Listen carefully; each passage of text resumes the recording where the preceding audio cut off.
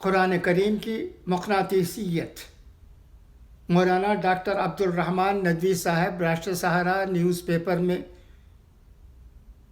لکھتے ہیں، ان کا مضمون شائع ہوا ہے: اگر کسی کو بقائے دوام حاصل ہے تو صرف اللہ کی ذات ہے۔ ارشاد خدا بندی ہے۔ ترجمہ: زمین پر جو بھی ہیں فنا ہونے والے ہیں اور صرف اللہ کے پروردگار کی ذات و احسان والی باقی رہ جانے والی ہے۔ اللہ تعالیٰ کی ذات کی طرح اس کے کلام یعنی قرآن کریم میں بھی ابدیت اور جامعیت ہے۔ لا ریب قرآن ذی روح کلام ہے، اور یہ واضح ہے کہ انسانی کلام کبھی بھی ذی روح نہیں ہو سکتا ہے۔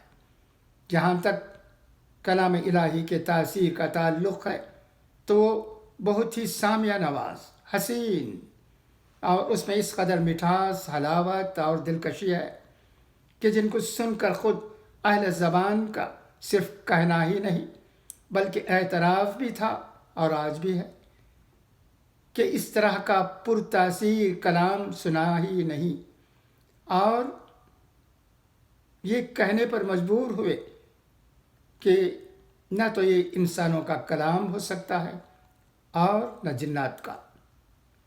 قابل ذکر بات یہ ہے کہ جس طرح مقناطیس لوہے کو اپنی طرف کھینچتا ہے، ٹھیک اسی طرح قرآن کریم بھی اللہ تعالیٰ کی رحمتوں کو اپنی طرف کھینچتا ہے۔ ارشاد خداوندی ہے۔ ترجمہ: اور جب قرآن پڑھا جائے تو اس کو توجہ کے ساتھ سنو اور خاموش رہو تاکہ تم پر رحمتیں برسائی جائیں۔ اسی طرح قرآن میں ہے۔ ترجمہ: اور وہ صحابہ کرام جب اس کلام کو سنتے ہیں جو پیغمبر پر اتارا گیا ہے تو آپ ان کی آنکھیں دیکھیں گے کہ ان سے آنسو بہہ رہے ہیں، اس لیے کہ انہوں نے حق کو پہچان لیا۔ وہ کہتے ہیں کہ اے ہمارے پروردگار، ہم ایمان لے آئے، سو تو ہم کو بھی تصدیق کرنے والوں میں لکھ لے۔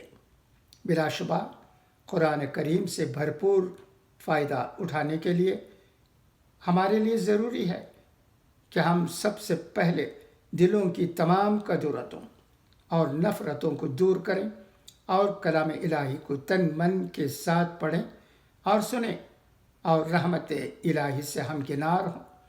یہ بات اظہر من الشمس ہے کہ اگر کوئی برتن الٹا پڑا ہو تو چاہے کتنی ہی موسلا دھار بارش کیوں نہ ہو، اس کے اندر ایک بوند پانی نہیں جائے گا۔ یہ بارش کا قصور نہیں ہے بلکہ برتن کا قصور ہے۔ لہٰذا ہمیں چاہیے کہ ہم اپنے دلوں کے برتن کو سیدھا رکھیں، یعنی کلام الہی سے فائدہ اٹھانے کے لیے ہمیں تن متوجہ ہوں۔ ارشاد خدا بندی ہے۔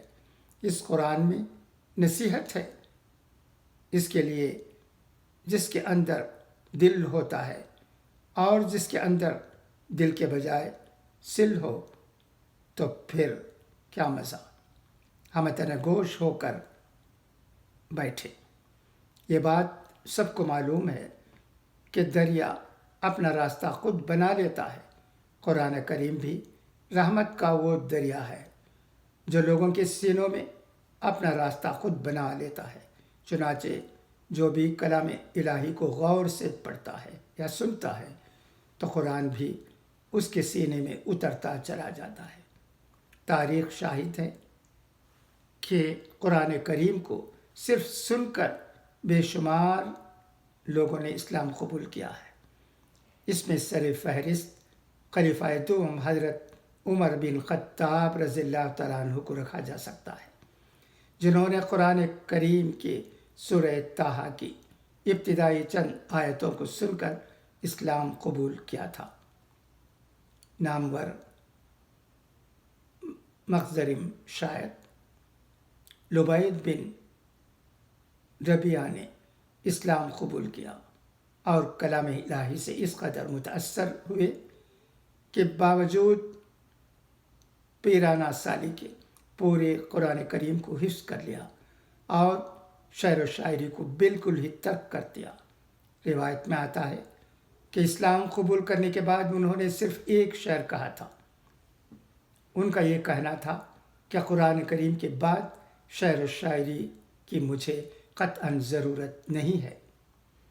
اسی طرح معلقات کے مشہور شاعر عاشق قیس کے متعلق روایت ہے کہ فتح مکہ سے پہلے جب وہ رسول اللہ کی شان میں مدحیہ قصیدہ لکھ کر آپ سے ملنے کے لیے حجاز روانہ ہوا تو قریش کے بعض سردار اس کے راستے میں ملے اور اس ڈر سے کہ کہیں وہ قرآن کی سحر آفرینی سے متاثر ہو کر مسلمان نہ ہو جائے، انہوں نے اسے 100 اونٹ دے کر اس کے وطن یمامہ میں واپس بھیج دیا۔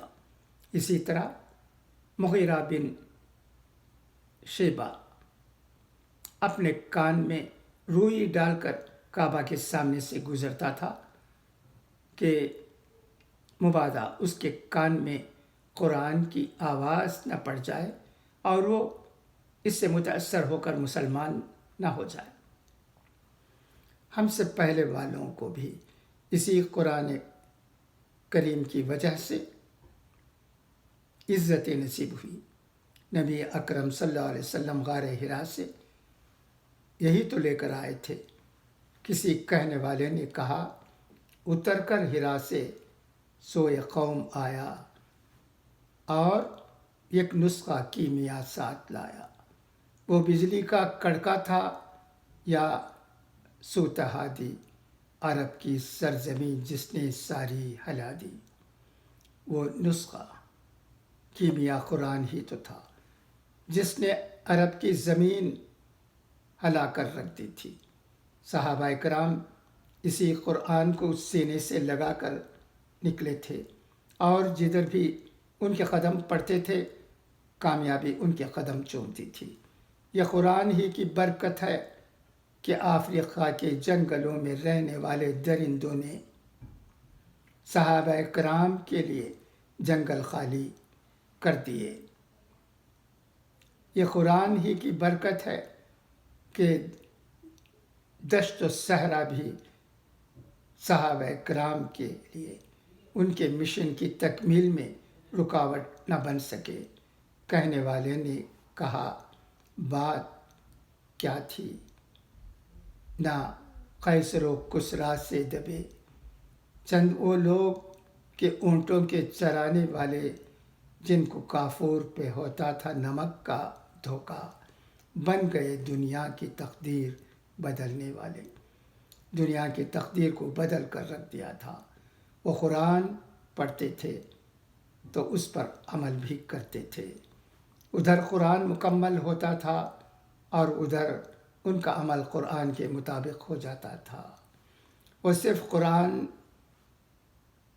کے حافظ نہ تھے، وہ صرف قاری قرآن نہ تھے، بلکہ وہ عامل قرآن ہوا کرتے تھے، وہ ناشر قرآن ہوا کرتے تھے، وہ عاشق قرآن ہوا کرتے تھے۔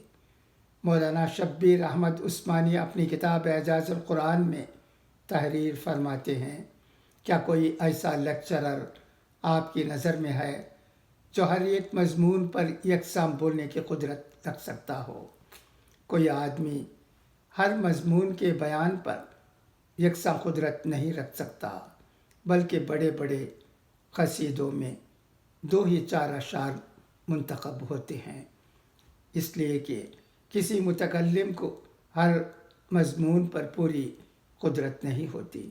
چنانچہ علماء ادب کا اعتراف ہے کہ امر القیس گھوڑوں کی تعریف اچھی کرتا ہے، نابغہ خوف و خشیت میں، عاشی شراب کی طلب اور تعریف میں، زہیر رغبت و رجا میں اچھا لکھتا ہے، جیسے نظامی و فردوسی رزم و بزم میں،